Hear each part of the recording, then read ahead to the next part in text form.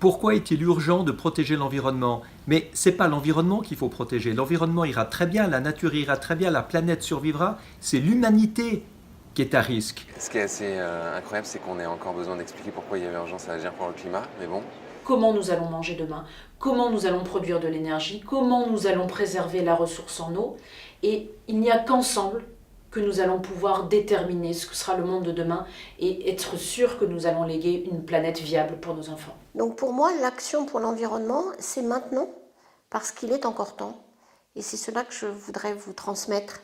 C'est vraiment le moment de se mobiliser chacun. On ne peut pas transférer à d'autres cette responsabilité. Et ne pas rester figé derrière nos bureaux à dire on va attendre que l'accord de Paris se réalise. Évidemment, manger beaucoup moins de viande et beaucoup moins de poisson, c'est une des choses qui peut avoir le plus d'impact.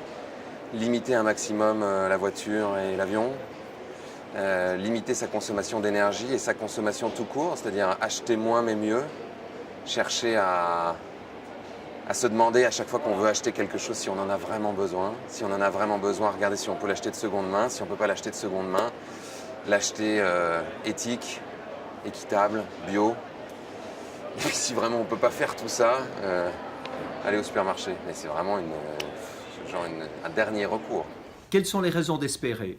Bien, les raisons d'espérer, c'est qu'on n'est plus aujourd'hui, heureusement, dans un clivage entre l'économie et l'écologie. Aujourd'hui, les solutions dont nous avons besoin pour survivre sur cette planète sont des solutions qui deviennent rentables. C'est vraiment un non-sens que d'espérer que, disons, l'essor de nos économies se fera sans cette transition énergétique. Disons, ce n'est pas dans la continuité que l'économie va prospérer, c'est le contraire, c'est justement en adoptant ces objectifs liés à la protection de l'environnement, de l'écologie. Au Monde Nouveau, c'est un concentré des solutions.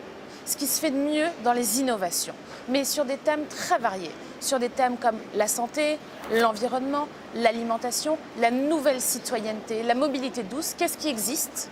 Qu'est-ce qui se fait?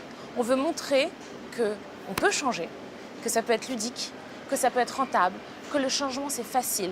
Donc les territoires, c'est l'endroit où ça se fait, tout simplement. C'est l'endroit où ça s'imagine.